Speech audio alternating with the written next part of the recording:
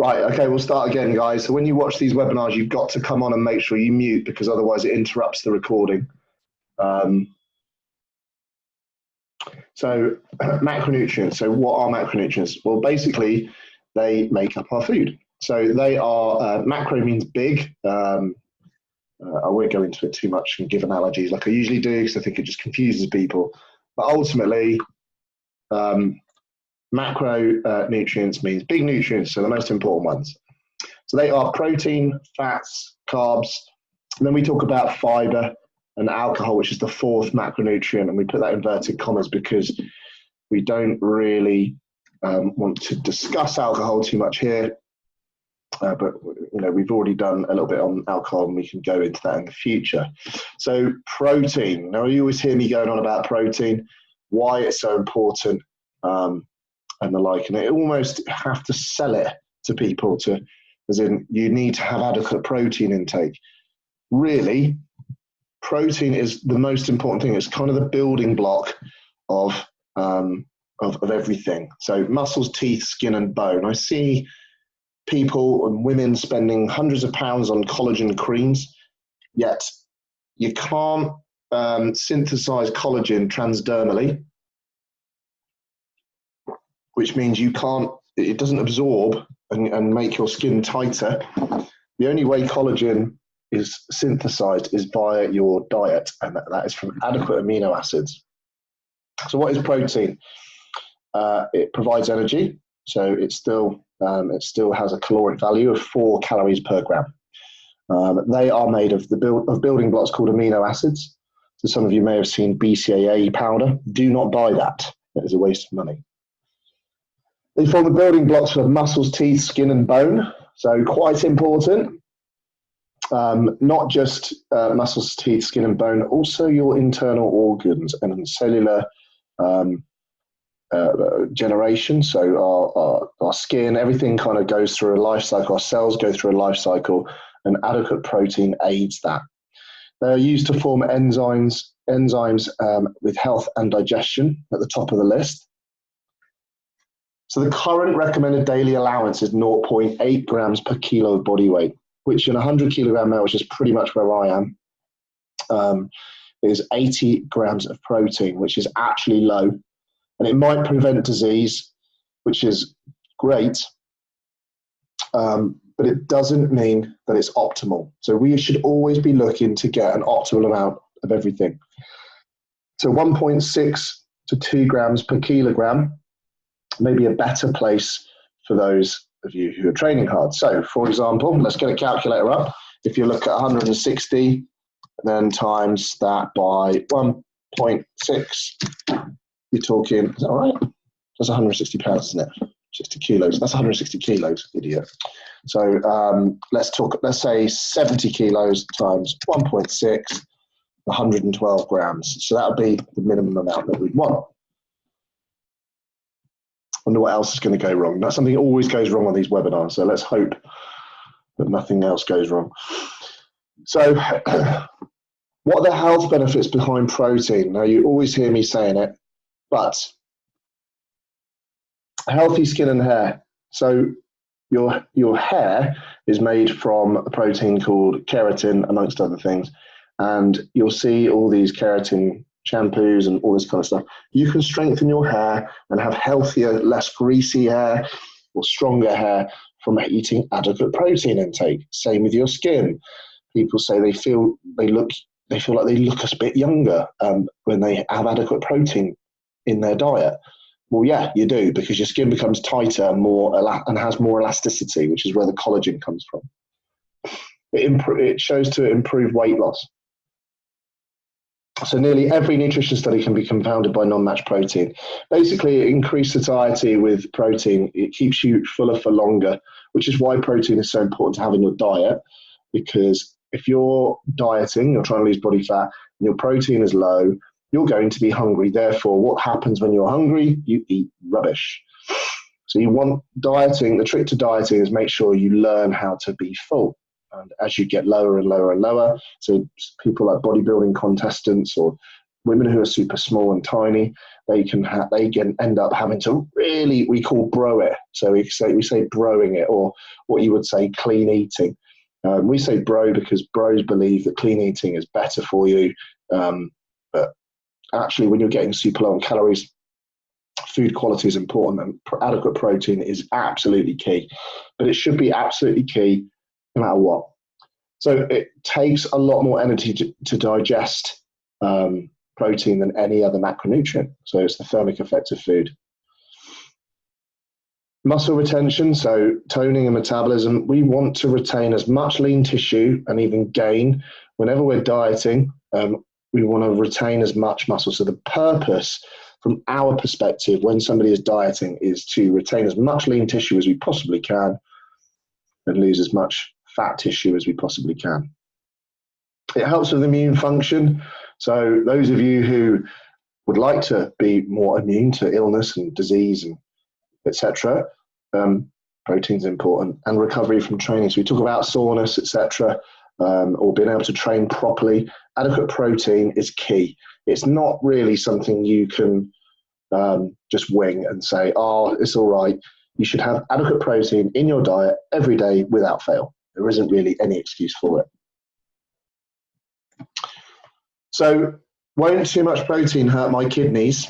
Unless you've already got problems with your kidneys, then no. So all the studies show that you won't get problems with your kidneys.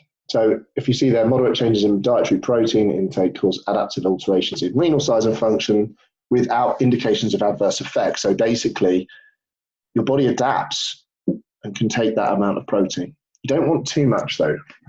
So the right amount, so the recommendations that we give.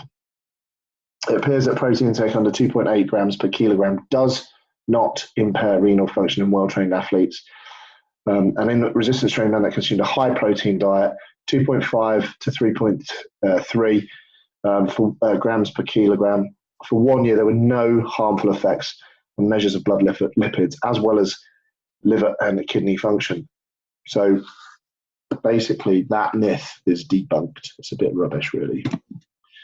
So protein take-homes. Most people think that they eat enough protein, but they don't. So when they come in to DMF, they always say, yeah, I eat loads of protein. I eat loads of protein. They don't. They don't eat. They might think they do, but they don't, and they don't eat anywhere close to enough.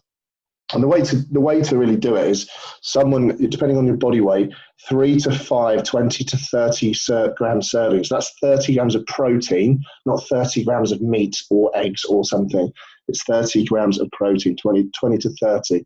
So 5 lots of 30 would be 150 grams.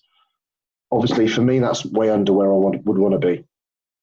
So increased protein, it keeps you fuller, it helps you recover, it builds muscle, and it burns calories. And also, it has massive health benefits. So a no-brainer, really. So really, we should not be under our recommended by DMF amount. So let's move on to fats and the skinny on fats. So in the 80s, everybody was really, really scared of fat. I remember my nan, my mum, they're petrified of fat. They think it's bad for you. But it's really important that we have adequate fat in our diet. So what are the functions of fat? It's the largest caloric value macronutrient by quite some way. So it has a large energy store, 9 calories per gram. So you absolutely need to be aware of the amount of fat in your diet. I did a video the other day about the difference between a tablespoon and a teaspoon of oil.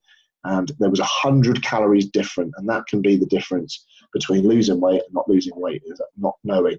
So obviously you have your Joe Wicks guys and those guys who think you have to eat clean, loads of avocado, nut butters and all that kind of stuff, people putting coconut oil in their coffee, etc. It's just fat, it's just calories that you probably don't need in your diet. It provides insulation, so brown fat, so it keeps you warmer. So some benefits to it. Protection and against illnesses and immune function. So your immune system requires adequate fat in your diet. It's a precursor for hormone production. So it basically helps with testosterone, estrogen, mood, libido, body composition. So all of those and more. Sex hormones, which are quite important. So if you're thinking about reproductive systems, etc., and all the fun stuff that goes with that. You know, that's why you need to concentrate on having adequate fats. So low-fat diets aren't actually healthy.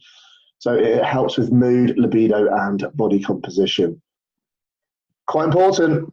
So basically, fat-soluble vitamins, you hear me talking about vitamin D. So people who have capsule or powdered vitamin D tablets, you have to have them with a fat meal with fat in it, because it will not absorb through into your blood if you don't have that with a fat source. So because it's a fat-soluble vitamin.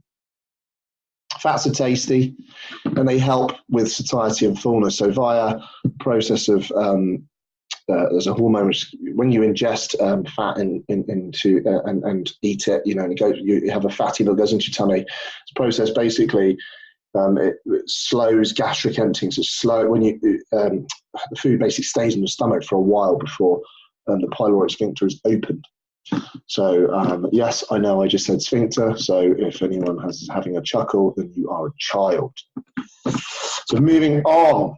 So the amount of what we should be having. So really, we want at least 20% of our calorie intake, or 0.5 gram per kilogram is our minimum amount for our daily calories. So you can go lower, but it's not sensible to do that for extended periods of time for health reasons. So low-fat diets aren't good for you. So some are essential, you must have them in the diet, and others are not. So we can't get omega-3s from anywhere, so we have to get them from our diet. So they're quite important. We should have a balanced mix of the three different types, which are saturated, monounsaturated, and polyunsaturated. And you can see there that you've got different types of foods.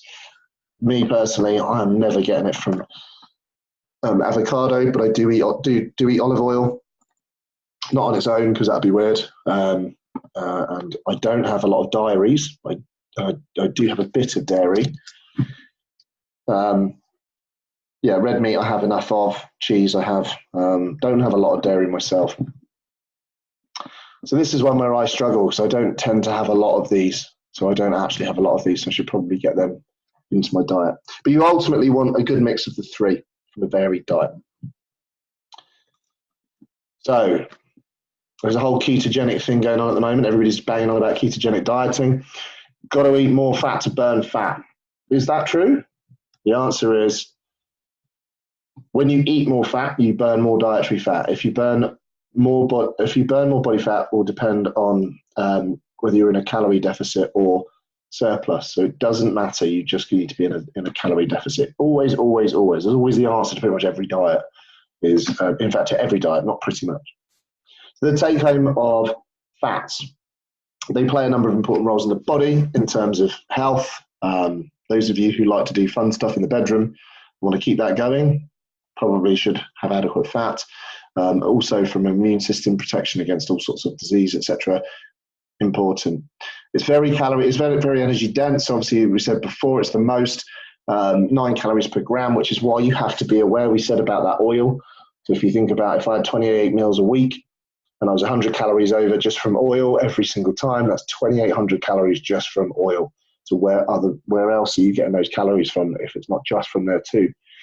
The very low intakes should be avoided, which is pretty important to understand. Aim for a balanced or varied fat intake. So those of you who think you shouldn't have certain types of fat, have them because you need them. And eating more fat does not mean you use more body fat. It doesn't work that way. And it is certainly not the bad guy we once thought it was, like we said about the 80s. I think I might have stretched into the 90s, but I was still a kid. So let's move on to carbohydrates. Carbs before marbs, and nobody's allowed them apparently. So everybody's frightened of carbohydrates, and we'll move on to sugar in a minute. What are carbohydrates? So they provide energy, 4 calories per gram, which is obviously the same as protein, if you can remember back 15 minutes. They help with digestion. So you get dietary fiber from those, so that helps gut motility. It provides volume to the diet, so Yeah, you can pack out your food with it and help maintain satiety. They help with sleep because they release serotonin in the diet, in the bloodstream, sorry. They're the primary source of fuel for the brain, so we do need them. And they are non-essential, and we can make them from fat and protein. So via a process called gluconeogenesis, we can change protein into carbohydrate. So they're non-essential, but we do need them. We store it in our muscles for exercise. So if we train, we can improve our insulin sensitivity. We can store carbohydrate in the muscle tissue as glycogen, and then in the liver, blood sugars.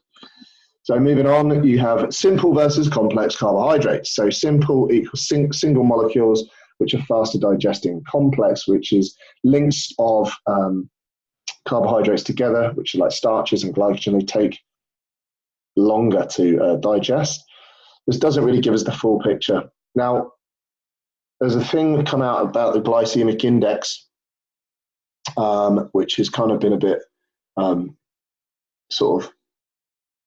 it has been, it's poo-pooed now. So basically, things like sweets are very high on the glycemic index, but we eat mixed meals, and that can affect what's called the glycemic load of a meal. So the GI glycemic index is kind of a bit misleading, really.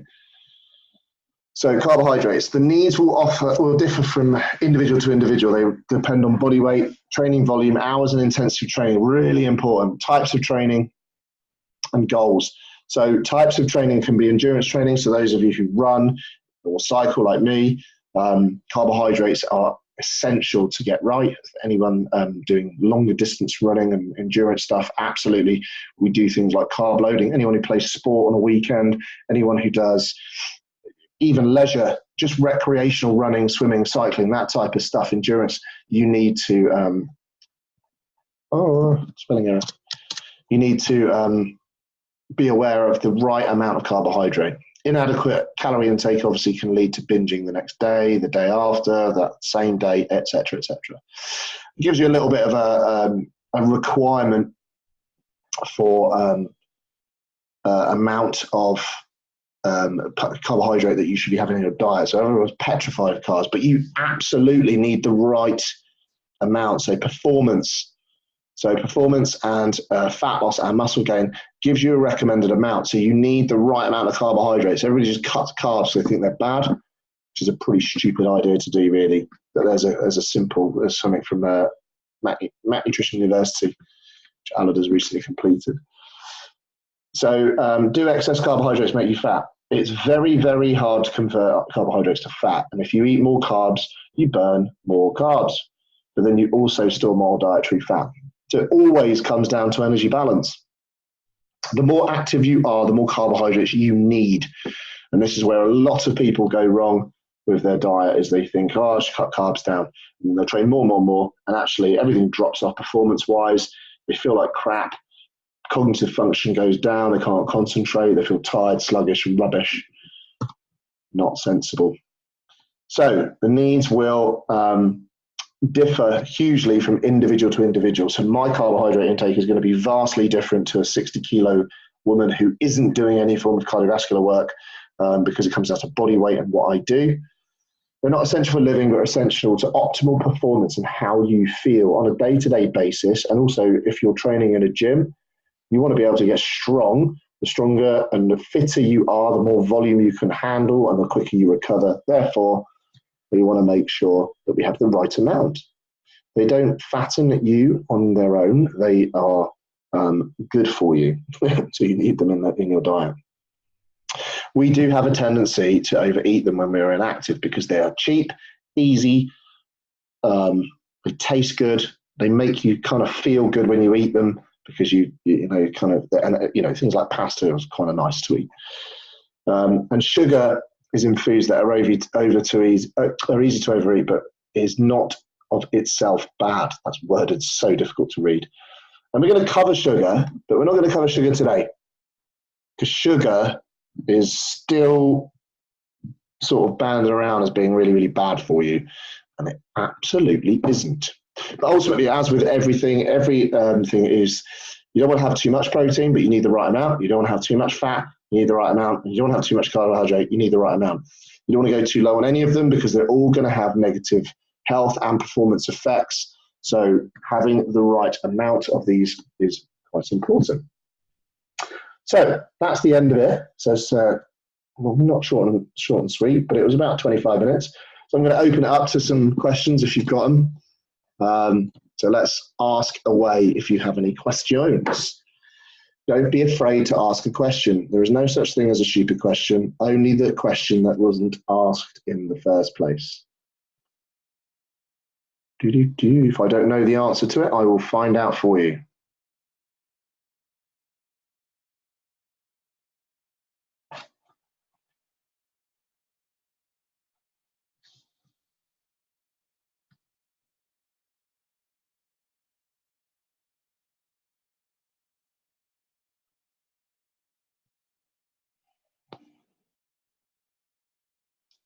What's the best source of protein?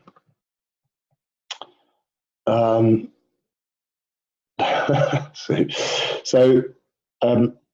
most bioavailable source of protein that is available to us is actually whey protein.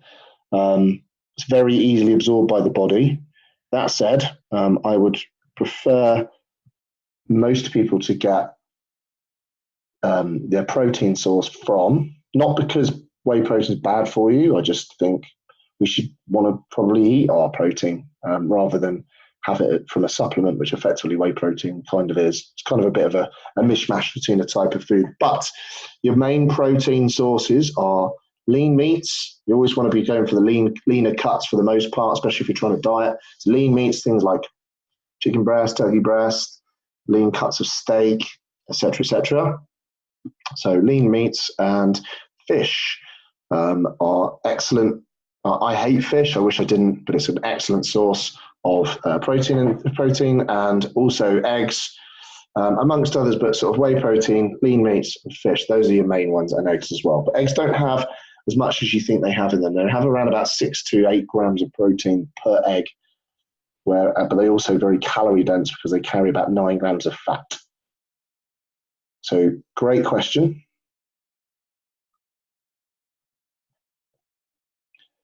Any more, guys? Come on, we must have some questions. Must. 11 people here. I find it tricky to get enough protein eating fish, no meat, and needing 140 grams per day. So lots of white fish. Again, things like whey protein there, Liz, is, I hate protein shakes. I don't have them. I probably had about 1 billion of them in my life. So where I get my protein intake, because if I ate, I probably have around about 240 grams of protein. It's probably a little bit overkill, but I'm a very, very active person. I'm on my feet all day. It is probably overkill for me, but that's the kind of where I'm at. So I have it with in whey protein. Liz, if you don't like whey protein porridge, it's probably because you're not mixing it right. That's what most people do. It becomes really, really lumpy, or they put too much liquid in, and then it gets really it becomes too sloppy. Okay, no, it's not the minimum. So you can see here, the minimum is 1.6 grams. 0.8 is the recommended daily allowance set by the government, but that is to protect against diseases. So we want to be up around here, 1.6 to 2 grams, 2 grams per kilogram. That's where we want to work to. And you'll be fuller, so it means you'll find your diet easier to manage. You won't be hungry.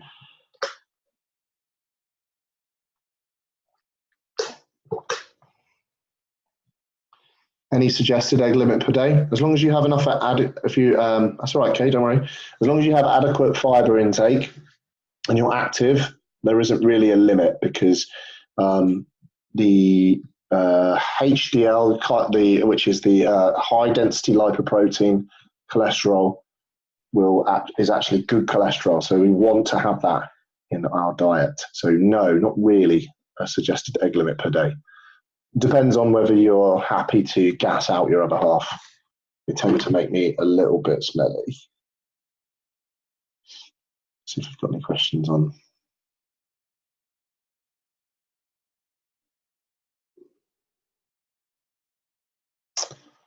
I'm with you on protein shakes. I use about 50 grams of whey per day, but rarely drink it on its own. Yeah, me too, Andy.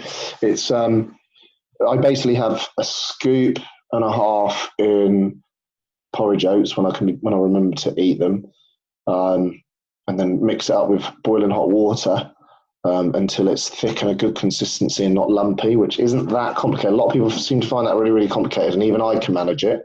And I'm an absolute idiot in the kitchen.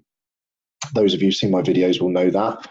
And I have it with, I don't know how many grams it is, but it's yay amount of low-fat yogurt.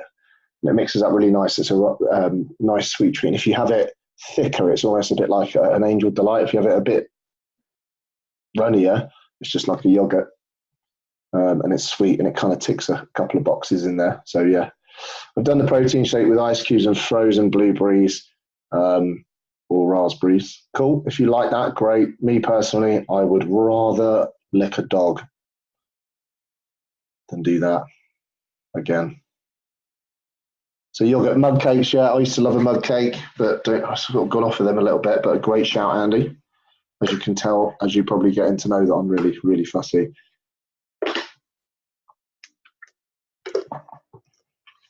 I don't like whey protein, but have found good sources of protein in mushrooms and broccoli.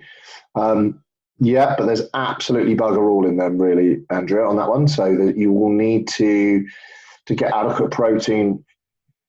You know, if we're looking at mushrooms and broccoli, for the amount of mushrooms and broccoli you need to eat to get adequate protein in your diet, we're miles away, absolutely miles away. So that's why lean meat, fish, whey protein. Most people who don't like whey protein aren't using it in the right way. So what they're doing is they're trying to, you know, have a protein. Like I said, I absolutely hate protein shakes. They're horrible things. But take the exact same thing, don't put water in it, put it into some yogurt, mix it up so it's nice and thick, great.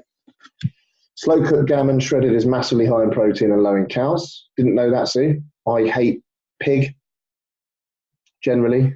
I like sausage, the rest of pig sucks. But most people like gammon. I know I am. I wish I wasn't strange. But I eat loads of meat. Well, hey, fine. As long as you are absolutely hitting your protein intake, great. But the amount of protein in vegetables is very, very small.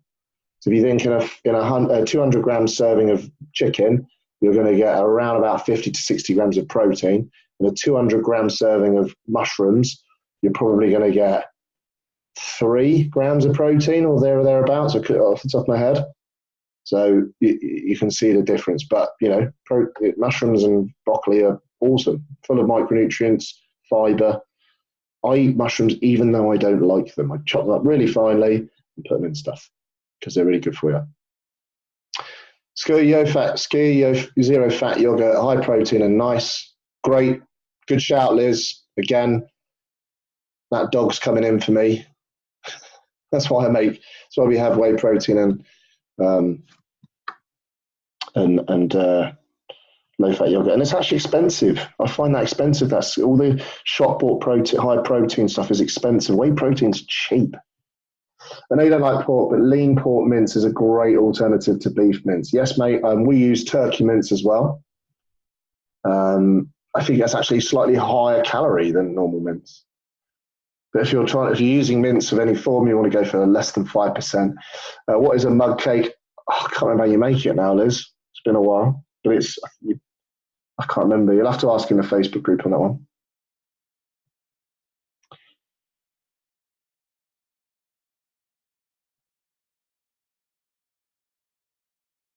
There we go.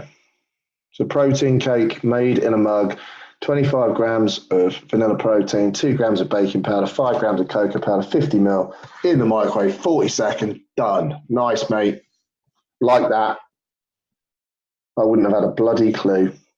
See, this is the thing, I don't have a problem hitting my protein intake. So I find it really easy. Aldi do their own 0% authentic Greek yogurt and is less than half the price of Total. Good man, like that. Lucy, I want to try this. Good stuff. Okay, any other questions, guys? Anyone struggle to get their protein intake and kind of understand why? So the big take-home behind this is you don't have to, as I always say, you don't have to eat like a vegan bodybuilder to get in good shape, but you do need to have adequate protein, and understanding why it's important to have adequate protein. Lots of people struggle with it, but ultimately we're all here to improve our health, improve the way we look and feel. So adequate protein is important. Having adequate carbohydrate in the diet is important. So what about carbs? Everyone's just talking about protein. What about carbohydrate? Any questions about that? Because we're going to cover sugar next time. Loads of people are frightened and petrified of carbs.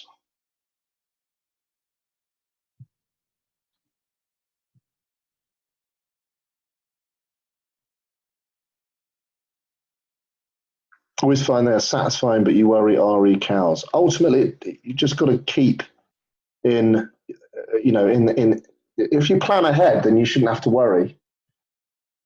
What you got to look at is you look at the better choices. So things like, if you think about a jacket potato, for example, the amount is so filling if you eat it slowly. It's so filling for the amount of calories that you get. People look at things the wrong way around. Like, look how filling that is. Like a plate of pasta compared with jacket potato. Some of them are quite calorific, such as egg noodles for the amount. Yeah, so making sensible choices with them if you're in a calorie deficit is quite important. But like I say, if you plan ahead, you should be fine. My 400-calorie carrot cake porridge was lush this morning. I wasn't hungry till 2 p.m. Good.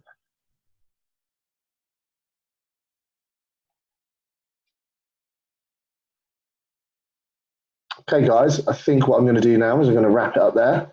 So thanks for watching and tuning in. If you've got any further questions, ask in the Facebook group. Hopefully that clarifies it. So really no excuses for us to get our protein to the right amount. If you want suggestions and stuff, then we can get them in the Facebook group as well, because that's what it's there for, to make sure that we have that kind of support. So thanks for tuning in and watching and contributing, guys. It's really appreciated. Nice little turnout today as well, which is great. If you make sure that you get if you can comment in the group if you got something from it, I'd really appreciate it. Cheers, guys. Thanks very much.